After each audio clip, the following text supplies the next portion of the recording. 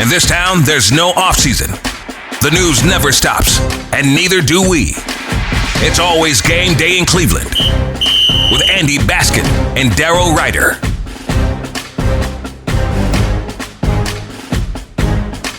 It's always game day in Cleveland. He's Daryl Ryder. I'm Andy Baskin, and we are brought to you by Smiley One and Bryant, Northeast Ohio's premier heating and cooling solution. Now, if you look at me hitting my headphones, if you're watching us on YouTube, it's because I have a short in my line. So, Daryl, it's always a pleasure to be on with you. This thing's driving me nuts. You know what I'm talking about. Like, you get that stupid little short that lets you go in your headset. So, and sometimes it's on, sometimes it's off. Yeah. Don't do that to me, man. I might pull my other headsets out here. Here, Daryl, say hello to everybody. Tell everyone what we're going to talk about on the show. I just had to play a prank on Andy Baskin. I just mouthed to him, "Can you hear me?" with no voice, and it has forced him now to want to change his headphones. I am now currently changing my headsets. So, Daryl, tell us what's the latest in with the Browns quarterback situation. Nothing's really changed, but they did work out Cam Ward on Wednesday as we record this. So earlier in the day, Wednesday, Andrew Berry, Kevin Stefanski, and Jimmy Haslam all went down to Miami to work him out. So everybody that just lost their collective minds because Berry didn't attend the pro day earlier this week, I think you can take a chill pill. They had a private meeting and private workout with Cam. They also already had a top 30 visit with Cam, along with Shedeur Sanders, Abdul Carter, and a couple other players. They've already done top 30 visits with them. So, these workouts really are more confirmation than anything. They're not going to really move the needle from an actual evaluation standpoint, like a lot of people want to make believe at this time of year. For me, pro days, at least, it's content in our business. You know, the oohing and the eyeing over. Look, if you can't look good throwing footballs with no defense on the field in your underwear, then that you probably aren't made to be in the NFL. Cam did look good throwing the ball during his pro day. His receivers made some nice catches. I wonder how good it looked, though, with an actual defense on the field, right? But, it is, silly season. There's all kinds of stuff being thrown out there. But, they did go to Florida. They got their one-on-one, if you will, look. We'll see if the Tennessee Titans stand pat, keep the pick, use the pick on Cam Ward, or, do the Browns move up to number one to take Cam Ward? I don't know. I look at this and I'm like, okay, well, at least the Browns, Cam Ward knows that, and David Njoku was there, right? Did you say that or not? I'm not. Well, Njoku, that was another meeting because his contract's up. He's in the final year of his contract, believe it or not. Okay. So probably just touching base with him and his agent about doing an extension there. And then, of course, Njoku is an alum of the U. So you matter. Yeah, I think that there's some thought that Njoku would really, really like it if the Browns ended up with Cam Ward as the rookie quarterback. And I'll be honest with you, based on kind of what's available, Russell Wilson's now officially a New York Giant. I think that not only are the Browns going to take a quarterback with their first selection, but that quarterback's going to start week one. The more this kind of unfolds, and that's not to say, that can't change, but just looking at the landscape right now, looking at the fact. Is there any way you think that's a bad idea? No, I really don't. I mean, a lot of quarterbacks start as rookies, and no.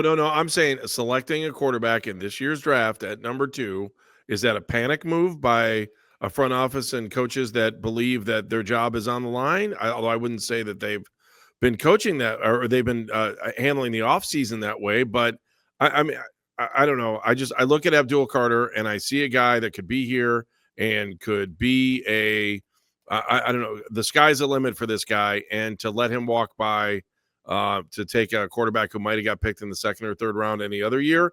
I just think it's I don't know. I mean, if you really think that you're going to win a Super Bowl this year by drafting one of these quarterbacks and you think this guy's a long-term quarterback, then knock it out. I just don't think that when I look at this team right now, I don't think they're going too far next year. And if they're and if they feel like they're stretching to get a quarterback at 2, it just feels like they're just going to keep this team on the treadmill. Just keep staying where you are. You can't panic pick at 2 a quarterback just because they're a quarterback. But as we've talked about, Andy, we've reached the throw stuff against the wall and start praying something finally sticks. And this is not throwing stuff against the wall. This isn't praying. If they take the best player available and forget about the fact that if you've got a quarterback there that might not be worthy of the number 2 pick. Well, I mean, if they wait to take a Jackson Dart or a Milroe, I just. How do we know those guys aren't going to be good? Like, again, everything we know about these guys right now. And, I sit and I watch these guys play all season long, and I don't know. I mean, can you project sometimes if a guy's going to be, great in the NFL? Yeah, I think so. But for every one that they're right on, there's 27 that they're wrong on all the time. And that I think that our perception of what these quarterback is, maybe the gurus are completely wrong on this. And maybe this is a great quarterback draft. I'm not saying that it is, but maybe it is. And so, that's how the Tom Brady's of the world sneak through. I know he's just one quarterback in a long list of quarterbacks. And yes, I do know when you look at the lists of Super Bowl quarterbacks and where they've been drafted, odds are that if you take them in the top 10, they're probably a little bit higher than they are on anybody outside of that. But I just don't want to see the Browns waste another pick. That's all there is to it. Because all it does is add more frustration for all of us. Yeah, I just think you're at a point you don't have a choice. I really do. They do have a choice. Like this whole notion that they've got a gun against their head to draft a quarterback. They need a quarterback. Who needs? Is it Andrew Berry that needs it? Is it Kevin Stefanski? Franchise needs. But if that quarterback's not there, Daryl, why take him? I don't disagree with you. I'm not high on this quarterback class at all. I think it's one of the worst quarterback classes in recent memory. And the only reason we're talking about Cam and Shedeur is because they play quarterback. Right. You know what I mean? When you look at the folks that do the in-depth scouting of the draft and college players coming out, like these are not top 15 players in this class. You know what I'm saying? I mean, you could argue Shedeur's not a top 30 player in this class, but because of the position they play, because of the need, the desperation, like the Titans are in the same boat as the Browns. The New York Giants, even with them adding, they're still in the same spot as the Browns. Like they need their next franchise quarterback. Adam Schefter, I guess, said earlier today that the Browns are leaning towards, not drafting one of these quarterbacks. There's a lot of saying, "Oh, this guy's the." But this is. But I mean, come on. I mean, some of these experts are also talking to agents, and they're, and they're and then there's teams that want them to talk about them too, because you're trying to drive the value up, or you're trying to do this. The reality of this entire situation is, does it really? And this is no offense to Adam Schefter or any other, Mel Kiper or any of those guys. The reality of it is it's whatever they think inside their own building. These guys are just talking to fill airtime and to say, okay, this is what I believe, and this guy would be good for these guys. And, a lot of times those guys are right, but a lot of times they're wrong too. Just like the guys inside the buildings that find themselves getting fired. And I keep thinking about Johnny Manziel a lot, and just how the hype train brought him to Cleveland more than his ability on the field or what anyone was saying about the disaster that would happen if Manziel came to come play for you. And that sticks in the back of my head as much as the evaluation to bring Deshaun Watson here. Like, this franchise can do better. And as fans, we deserve better. I think so too. Well, you can't do something for the sake of doing it, but I almost feel like that's just the situation that the Browns find themselves in. The other part of this too, and the more I think about it, it is true. If you use your number 2 overall pick on one of these quarterbacks, Andy, and let's just say for sake of argument that I'm right and they're just not it, right? Mm-hmm. It sets you back to 2 years. right? You can recover, like you can, what's another 2 years for Browns fans, right? I mean, it's been since 1964, right? It's been since, it's been since the 1980s before since this team has actually competed, for a conference championship. They have the longest conference championship drought in the NFL. They have the longest division title drought in the NFL. So what's another 2 years? So I'm totally with you. And by the way, maybe a drought for another year gives you Manning. Well, here's my thought. Okay, and I'm not saying that it's the right thing to do. I'm trying to present all sides of the argument here, and just take my personal opinion out of this situation, and just take a step back and objectively look at it all around. It makes sense to draft a quarterback at 2. It makes sense for them to draft another quarterback in the 3rd or the 4th round. Okay. Get 2 kids in here and see if you can find something there. And also, too, when you look at this team, Andy, I think that they're in better shape to help a rookie quarterback succeed. The offensive line's pretty good. Okay. And they added some depth this offseason and some versatility up front if and when injuries pop up. So I feel good about the offensive line. I feel good about the supporting cast, having a David Njoku, right? Having Jerry Jeudy coming off of his first 1,000-yard season. Yeah, there's a couple. We always have questions about the bulk of the wide receiver corps every year. I mean, it's the number one thing that Jeff Phelps likes to ask me about every year on the show, almost every day, right? So there are issues there. I think this is a great draft for running backs. Okay. I'm confident they'll find a running back to, Nick Chubb's quote unquote replacement. This is a good defensive lineman draft. So if you skip Abdul Carter to, there are other guys there. I get it. There's other guys that you're going to be able to draft. So I'm just trying to take, I don't agree that these quarterbacks are worthy of the 1 or 2 spot. But guess what? I'm not a scout.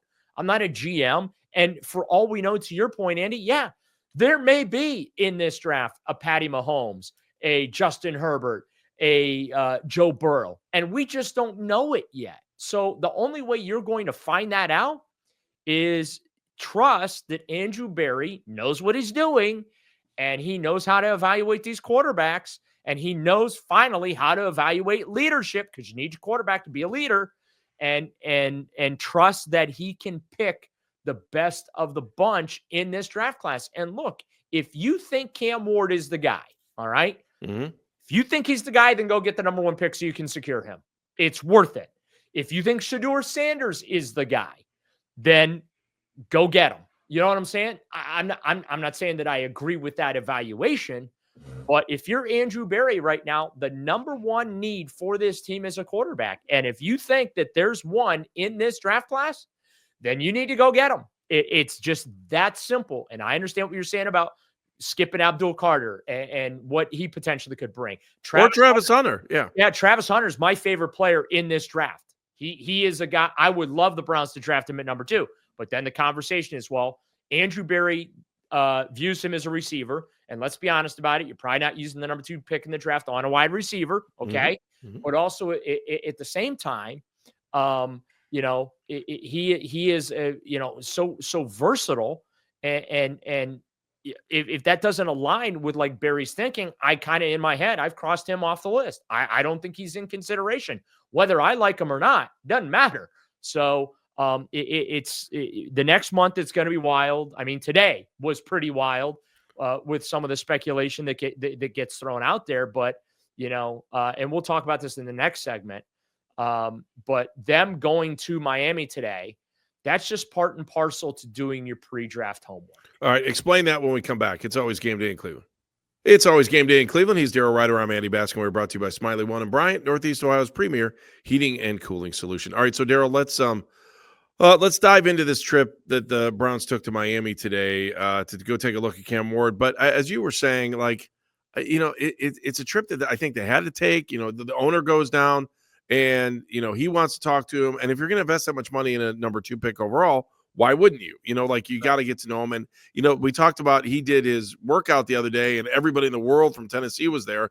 I got to tell you, I'd rather be on a personal workout on his home turf with the situation the Browns had as compared to the other stuff. And, we hear all kinds of weird stories going on behind the scenes about like who was here, who wasn't there, why weren't the Browns at this? Well, maybe the Browns were there and maybe just somebody didn't catch it, and if they were or they weren't. And I think we make way too big of a deal out of some of this stuff. Yeah, like one of the things that popped out is, someone was saying that the Browns skipped Ohio State's pro day so that they could go to Florida. And no, that's not what happened. They do have a scouting department that's quite capable of handling a college pro day. While the owner, or I should say one of the owners, the GM and the head coach are in, Miami, checking out potential first round pick and franchise quarterback. Like, it's not a big deal. The Tennessee Titans, by the way, they're going to hold their own private session and work out whatever with Cam Ward as well. They're going to do the same thing with Shedeur. These guys have already come through Berea. They're doing the pro day circuit. I'm not real big on pro days. I think they're more for content than anything. They get blown out of proportion because, well, it's something in a slow news cycle for the National Football League that's going on. I don't know what you see or what value you gain by watching a guy who's not in pads with no defense on the field, nobody defending receivers, throwing footballs on air. To me, the real scouting gets done via the tape that is accumulated in season. And the most important part of the pro days are the interactions. Same thing with the combine. It's the interactions. It's the medical checks, and it's the interactions, right? Seeing how a particular kid conducts himself. How does he treat his current coaching staff or staff around? You know what I'm saying? Things that you may have learned about him from various. Who went to the quarterback's birthday party? All those very important things. But it is, in that sense, it is relevant because you want to find out, those intangibles. Is he a good leader? Is he a good person? Am I going to lose if I bring him into my locker room? Am I going to lose sleep about what this guy may be up to when he's not in the team facility? Now, clearly, the Browns set all that aside years and years ago for Johnny Manziel, and we saw what an epic disaster that was. And hopefully that is something they never repeat again. But, I see the criticism from folks about, the fact that Jimmy Haslam went down, and I get it. I'll be honest with you. Wait, why would you criticize Jimmy Haslam going to talk to the pick? I don't understand that. Well, my thing is I my personal opinion is, with all due respect to Jimmy Haslam, I would prefer he just stay away from everything. Sign the checks. I don't know, man. I don't have any problem with him going down to Miami on this trip. I'll be honest. I just don't want him interjecting himself into anything football related. Let Andrew Berry, let Kevin Stefanski, let the scouting department. And I'm not saying he is, but that is the reputation he has, that he pokes his nose in and he's Jerry Jones 2.0 without the Vince Lombardi trophies. So, but that's just my personal opinion. Now, to be fair to Jimmy Haslam, he has every right to be there. It would be a significant investment, number 2 pick, the rookie contract that comes with it, or trading up to get the number 1 pick. Okay. So yeah, he's got every right to be there and to get his own eyeballs on the situation. Or, hey, who's to say he's not observing how Andrew Berry's working this process? Hey, look, even at the bottom line, Daryl, it's that if you're looking at the Browns and you see the owner is taking the time out to fly down there, they clearly value something about this guy. So the other teams that are looking around and you're going to, maybe you want to trade with the Browns. Well, the owner went down there. He really likes him and he wants him to be a part of the team. I just think you increase his value when you have all your top brass there. My thing is, as long as Andrew Berry is making the decision, that's all I care about, with zero input from Jimmy Haslam. If Jimmy wants to go, absolutely no issue there. But we can't have another situation where the owner's sticking his nose in saying, go get me Johnny Manziel, like he did before. You know what I'm saying? Yep, totally agree. That's the stuff that keeps me up. That's the line that I draw. Otherwise, I have no issue with him going down. He has every right to be there. And I don't, so that from that standpoint, I don't get the criticism. I feel that that's a little unfair to Jimmy Haslam, because you can't have your cake and eat it too. You can't complain about how Randy Lerner was never involved in anything, right? He was basically an absentee owner, and everything was a dumpster fire.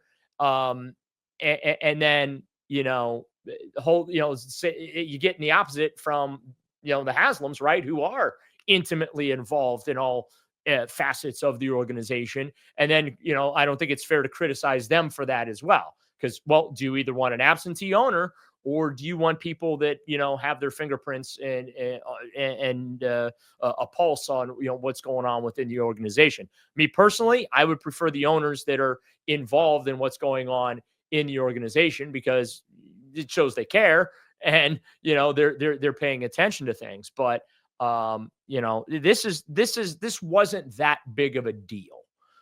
This is just part of normal draft processes. And again, just because they were down there doesn't mean that they can't be in multiple places at once. You've got scouts that you pay. You've got assistant GMs that you pay. They can be handling pro days and whatnot. And you can reconvene after your meetings or whatever, video conference, telephone, see you back in Berea, and let's talk about whatever. Like I just think that right now, and part of it's because of the Browns and their poor track record, their poor record on the field habitually. Andrew Berry's poor track record drafting. Like, I just feel like right now everyone is looking for a reason to pounce on the Browns and just rip them a new one. That's just my opinion right now. I feel like everyone wants to pounce on them and complain about every little thing that they're doing, when the reality is, Andy, they're not doing anything out of the ordinary. They're not doing anything that's wrong or underhanded or what, you know what I mean? Like, I just feel like people are bitching for the sake of hearing themselves bitch. I hear you. All right, let's come back. I got a little bit more we're going to do here. It's always game day in Cleveland. Back after this. It's always game day in Cleveland. Daryl Ryder and I back again for another edition of the show. We're talking about with the Browns and what's going on in the offseason here. We're brought to you by Smiley One and Bryant, Northeast Ohio's premier heating and cooling solution. Daryl, the other thing that I think kind of came out over the last week, which we really haven't talked about, was Kirk Cousins, and the fact that Kirk Cousins said, "Hey, look, I'm going to wait till after the draft, and then I'll invoke my trade clause if I want to use it, if I want them to trade me." Yeah. Which makes me think that if the Browns decide they want to draft someone at 2, you take Kirk Cousins off the board, and if they choose to draft a position player other than quarterback, then you're good to go. That you'll have an opportunity to get him. I actually think super smart for Kirk Cousins, so he doesn't find himself in the same position he was in last year. And we'll know right away what's going to happen when the Browns hit the clock in the draft. If they don't take a quarterback at 2, then it's it could be game on for Kirk Cousins. So that I don't think that thing's dead by any means. Yeah, and look, I mean, I don't know where Jackson Dart's going to end up, or guys like Jalen Milroe, Kyle McCord, like Will Howard. Yeah, Will Howard. Like, it's. I don't understand why saying Will Howard's name is like, oh, I can't believe you said Will Howard. Like, that the guy played the 4 biggest college football games of all time, and won a national championship. So can we stop writing him off? Yeah, but let's be honest about it, he's probably a 3rd round pick. Yeah, no, and that's fine. You know what? That's great. Give him a year to try to figure it out. Worth a shot. Like, yes, I would have no objection if the Browns used the 3rd or 4th round pick on Will Howard, or any of these quarterbacks. Like, I'm all for drafting 2 guys. You take 2 swings at it in this draft, right? Yeah, I did. This is why I'm leery about taking him at 2, though, because if you're taking him at 2, you're taking a swing and then like, oh man, if he gets injured, we need a quarterback for week 16 guy. That's. I don't know. The other guy I like, and I know people don't get down on me for saying this, I like Riley Leonard. I didn't think he was that bad at Notre Dame, and I wonder what he's going to look like when he gets the opportunity. I mean, look, his team had a lot of success, and he showed me maneuverability and things that he can do on the field that really impressed me. Did they lose a game there? Yeah, they did. So what? I want to see what he looks like in the pros too, if somebody gives him the opportunity. Yeah, I will say this. I do agree with you that if the Browns take a position player at 2 or wherever they end up, right, they could always trade down 2. That yes, Kirk Cousins could be back on the table. If they draft a quarterback at 2, absolutely not on Kirk Cousins. He does not want to get Michael Penix again. Like, he just does not want to go through that situation. So I'll be honest with you. I'm fine if they want to just go out and sign Carson Wentz. Like, what, you know what I mean? Like, That's Jeff's MO. I think that's going to be Jeff's MO between now and yeah, the season starts. I'm just, and again, like, I'm not advocating for it. Like, I'm not beating the table for it. I just like, I don't care what they do. I really don't. Because as I've said, there are no good solutions. There's nobody that excites me. There's nobody that look like I'm like, hey, that guy, if you sign him, you're going to the playoffs. You're getting into the tournament. You're going to have a shot. There's nobody, in my opinion, that's available. And that's why we're sitting here on March 26th. And Kenny Pickett's the only quarterback on the roster right now. So it is what it is. Like, I'm not complaining about it. I told you that it was going to be this way. And I was right. It is this way. But yeah, I just feel like if they're drafting a quarterback too, that guy is going to start week 1, which means no Kirk Cousins. But if they, go your route and they just wait and, maybe try and get value with, again, a Dart or a Howard or someone like that, Milrow, depending wherever those guys ultimately fall. I don't think the Browns, by the way, are using number 33 on a quarterback. Like, if they're going to take a quarterback, they're going to trade back into the first. Back to the first. Yeah, I'll buy that too. I'll buy it unless they think that guy's going to be sitting there at 33, and then there's just too much risk there. No, you got to trade back into the first round, Andy, so you get year 5 of control. Oh, that makes sense. Yeah, you see what I'm saying? So, so if they get, let's say we get to like 25, right? And right about then, I think, is when again, we're assuming that they took Abdul Carter, they took Travis Hunter, or they took someone else, right? Right. That I don't know. Let's say Jackson Dart, for sake of conversation. Let's say Jackson Dart is on the board, and he is projected to be a late first, early 2 quarterback, right? Well, I could see the Browns moving up from 33 into the back half, the back end of that round, the last, 4 or 5 picks to get that quarterback, so they have that 5th year of control, akin to what they've done in the past. Remember, they moved up to get Brady Quinn back in 2007. They traded to get Johnny Manziel, and I think it was a 2014 draft, right? So we've seen them trade, just whatever you do. Andrew, please stay away from the 22nd pick in drafting quarterbacks, okay? Stay away from the 22nd overall pick. How about 3rd round wide receivers? Should we stay away from those too? Probably not a bad idea, because the next one that will work out for the Browns will ultimately be the 1st. By the way, not the draft to pick receivers. Tight ends, running backs, defensive linemen, offensive linemen, perfect draft for it. But I don't think receivers should be high on the priority list unless the name is Travis Hunter. But then here's the other argument, Andy. Okay, let's say you draft Travis Hunter. Mm-hmm. Then you get into the argument, okay, you got Travis Hunter. Who's going to throw him the football? You see, you know what I mean? Like, you can talk yourself in circles. And that's the fun. I will say this.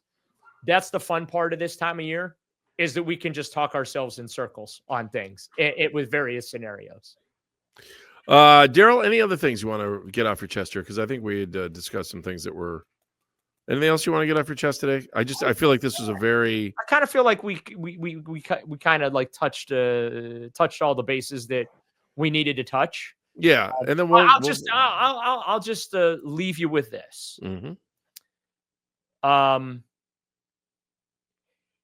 Check salary cap implications before throwing scenarios out there. That's all I'm gonna say.